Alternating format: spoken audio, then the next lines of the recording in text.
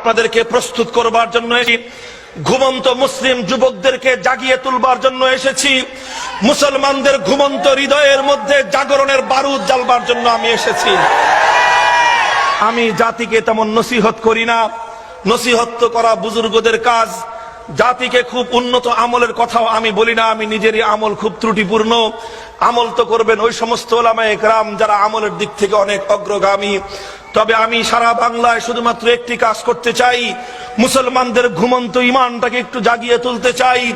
মুসলিম জনপদগুলোতে যেই যুবকরা আজকে আব্রাহাম লিঙ্কনের গণতন্ত্র কায়েম করবার জন্য, অথবা মুসলমানদের যেই যুবকগুলো আজকে লেনিন মাও সেতুংয়ের সমাজতন্ত্র বাস্তবায়ন করবার জন্য নেতা নেত্রীদের পিছনে যারা তাদের যৌবনের এই শক্তি ব্যয় করছে, তারা যৌবনের উত্তাল তরঙ্গের এই রক্তকে যারা কারো ক্ষমতার সিঁড়ি হওয়ার জন্য আর কারো ক্ষমতার লাঠিয়াল হিসেবে ব্যবহৃত হয়ে যারা আজকে আমার জনপদগুলোতে মুসলিম জনপদ যুবকরা আজকে মিসইউজড হচ্ছে, সেই মুসলিম যুবক সমাজকে জাগ্রত করতে চাই। কোন নেতার নেত্রীর গোলামি নয়, কোন ব্যক্তির পূজা নয়। হে মুসলিম যুবকরা, আরেকবার তোরা জেগে ওঠ আল্লাহর জমিনে আল্লাহর দ্বীন বিজয়ী করবার জন্য। ও মুসলমান, শুনে যাও মুসলমানদের বিজয়ের রহস্য কোথায়, কিভাবে দুনিয়ার দিকে দিকে মুসলমানদের বিজয়ের কেতন উড়িয়েছিল।